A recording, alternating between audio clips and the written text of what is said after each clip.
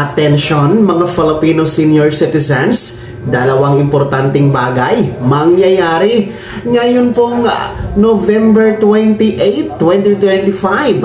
Araw po yan ng Biyernes. Pag-uusapan natin dito sa video. Hold up.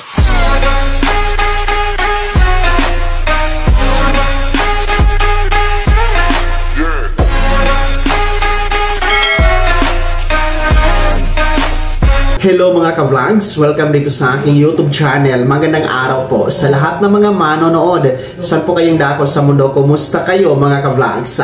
Eto makinig mga lolo at lola, dalawang importanteng bagay mangyayari next week po, November 28, 2025. Araw po yan ng Biyernes.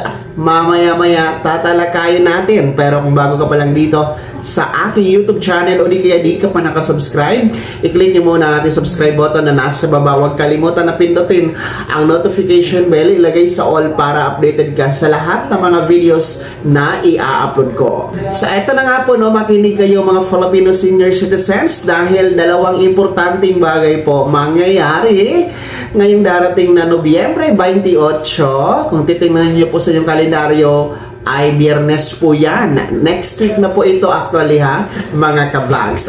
Well, ano-ano nga ba ang dalawang importanteng bagay na ito at paano ito makakatulong sa ating mga nakakatanda? Una po, ngayon pong November 28 ay deadline po o last application para po sa mga lolo at lola na meron na pong edad o umabot na sa edad na insaktong 80, 85, 90, and 95 years old. 80, 85, 90, at 95 years old dahil ayon po sa Expanded Centenarian Act o yung Republic Act 11982 ay bibigyan po kayo ng 10,000 piso na cash gift mga ka-vlogs sa batas na ito. So kung gusto niyo po magkaroon ng cash gift na 10,000 piso, ngayong November 28 po ang last submission, last application po, no, para po inyong ma-payout yan sa susunod na buwan ng Disyembre. Tumungo na po kayo sa Office of the Senior Citizens Affairs or OSCA office na nasa LGU ninyo dahil dyan po pwede mag-submit ng inyong aplikasyon. Magdala po kayo ng birth certificate. Kung wala pong birth certificate, pwede po ang any government issued ID kasama na po ang senior citizen ID mga ka-vlogs. And of course, the whole body picture ng senior citizen. Siguraduhin na ang edad 80, 85, 90 at 95 years old para po makakuha ng 10,000 piso dito sa ilalim po ng Expanded Centenarian Act o Republic Act 11982 bigay po ng gobyerno sa ilalim ng NCSC. Pangalawang importanteng bagay na mangyayari ngayong November 28, 2025, para naman po ito sa ating mga lolo at lola na umabot po sa centenarian o 100 years old dahil pwede po kayong makakuha ng 100,000 pesos. At November 28 nga po ang last submission ng aplikasyon para kayo magka-payout sa susunod na buwan ng Disyembre. Mga centenarian, actually, itong centenarian natin ay kailangan talaga ito ng tulong at assistance from the immediate family dahil matatanda na ang mga ito, hindi na nila alam kung paano mag-apply. So, kailangan talaga ng support from the family. Kaya, tulungan nyo po mag-apply sa OSCA, sa LGU ninyo ha, at ang requirements nito, birth certificate, any government issued ID kung walang birth, and then yung whole body picture po ng isang centenarian natin na lolo at lola. Itong atin pong centenarian cash gift na 10,000 piso ay nasa ilalim din po ito ng pamamahala ng NCSC.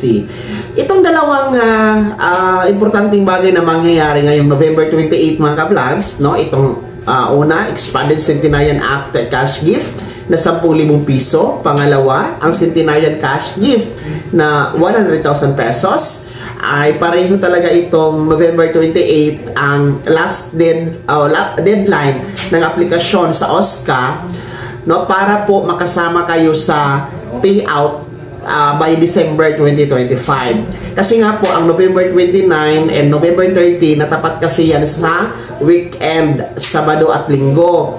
Wala po kasing opisina ang OSCA kapag weekend. Kaya November 28, araw ng Biyernes po, ang deadline para mag-apply kayo niyan, ha? Mga senior citizens. Kaya magmadali na po para po meron kayong magagamit ngayong Pasko at pagsalubong sa bagong taon, no? 10,000 piso at 100,000 pesos. Depende kung saan kayo dyan qualified, mga ka-vlogs. Kaya naman, mga Filipino senior citizens, sino sa inyo dito ang nag-apply na ngayong buwan ng Nobyembre, no? Dito sa Expanded Centenarian Act cash gift, no, na 10,000 piso para sa 80, 85, 90 at 95 years old. At sino sa inyo dito ang mga centenarian na nag-apply din po ngayong buwan ng Nobyembre? Lahat ng yan ibahagi niyo po sa comment section na nasa baba. Pakilakip ng buong pangalan at kung taga saan kayo. Bago ako magtapos sa video ng to, kung gusto niyo po sumuporta dito sa aking YouTube channel, maaari niyo pong i-click ang ating super thanks button na nasa baba. Sa mga gusto maging miyembro, pwede i-click nyo lang ating join button. Maraming perks dyan, mga ka-vlogs.